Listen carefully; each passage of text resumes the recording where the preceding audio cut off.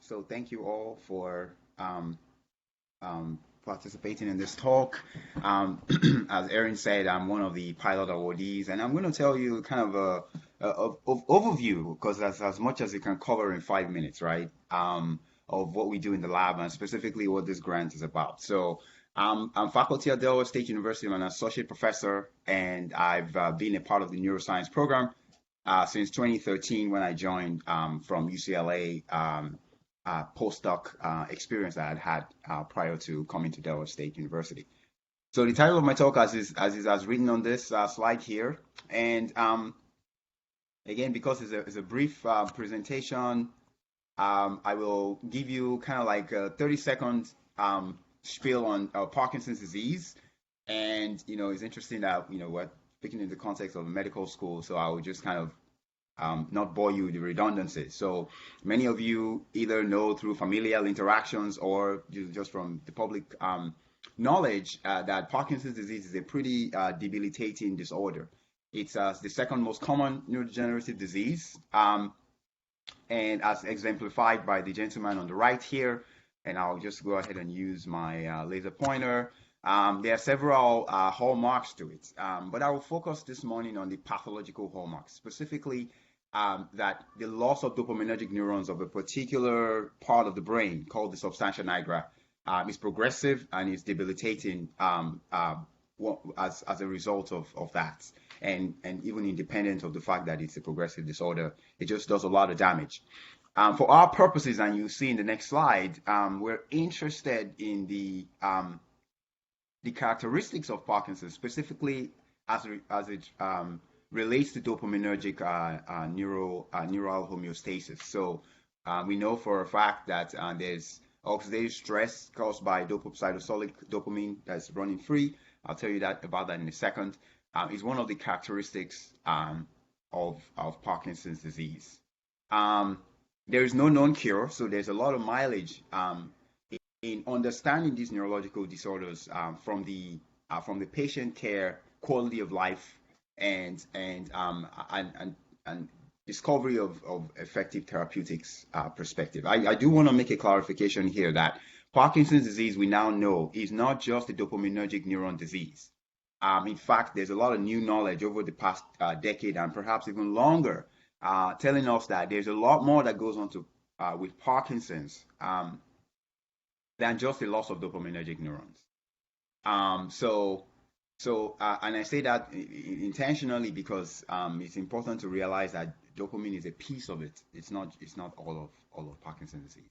So with that caveat, I do want to give a little bit of a background. Probably spend about half a minute or 1 minute of my time here because it's really important to kind of give you a lay of the land on how we are thinking about this aspect of Parkinson's.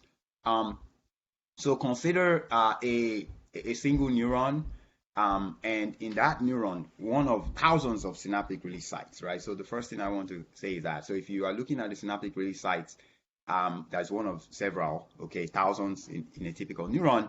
And you are not looking at co-release. In other words, you are looking at a single neurotransmitter that is being released from what we call the presynaptic neuron. So I can describe some of the events, by all means not exclusive, is that you've got this dopamine that a lot of people tend to call happy drug, right? The reward pathway is, dopamine is a very important aspect of that.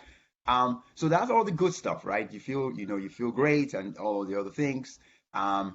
But there's another dark side to dopamine, though, which is that if there's too much of it in the cytosol, it can actually cause oxidative stress and oxidative damage. It forms a lot of conjugations with other compounds that I kind of mentioned to you in the previous slide. So that does kind of raise the stakes that, you don't just have this molecule that does great things that we all kind of associate with dopamine, but there are also things that could be not so great as well. So it's in that background that, and I'll go back a slide here, that this protein that we study in the lab actually comes into full view, and it's called the vesicular monoamine transporter, right? And so for the purposes of this talk, I'll just tell you really brief. What the transporter does is that it packages dopamine and sequesters it into this bag here, goodie bag here, we call synaptic vesicles, for ultimate exocytosis at the plasma membrane. Now, Physiologically, we understand that as some of the postsynaptic activities that we see. In other words, the things that we know that dopamine does, right? And I'll also quickly mention the other aspect of this pathway here.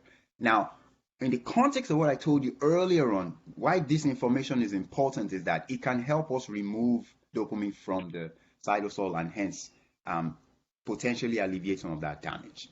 And so, in fact, I will tell you briefly that there was a project I was a part of at UCLA when I was a postdoc there. Just long story short, it was this ginormous project that the idea was to understand the environmental contributors, if any, to Parkinson's disease, to the etiology of Parkinson's. And one of the things that came out of that study was that, yes, there's a number of pesticides that, whether acting alone or in combination, they could actually elevate your risk for getting Parkinson's disease. So this was a Senate grant for many years, and there was a big splash about some of the findings.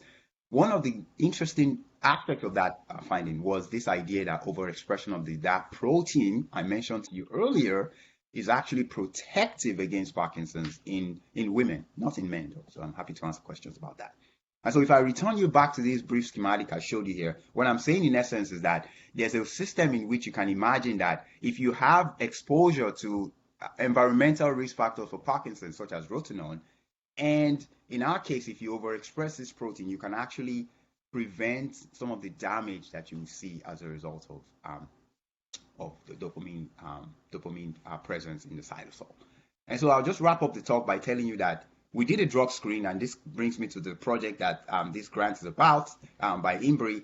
And we actually found, based on some of the techniques that you can only do in Drosophila, you can do easier in Drosophila, I should say, because there are other systems that can do this. We found 7 compounds out of 1,040 that basically we think that they are helping to improve the ability of that protein I told you earlier on, VMAT, to work. And so we think that as a consequence, it could be good treatment for Parkinson's disease. And then finally, this is some preliminary data that we had before we got this grant that kind of told us that we were in the right direction. So we found that we can actually protect, our system is Drosophila, we can protect these animals from organismal death by expressing one of those compounds we found in the screen.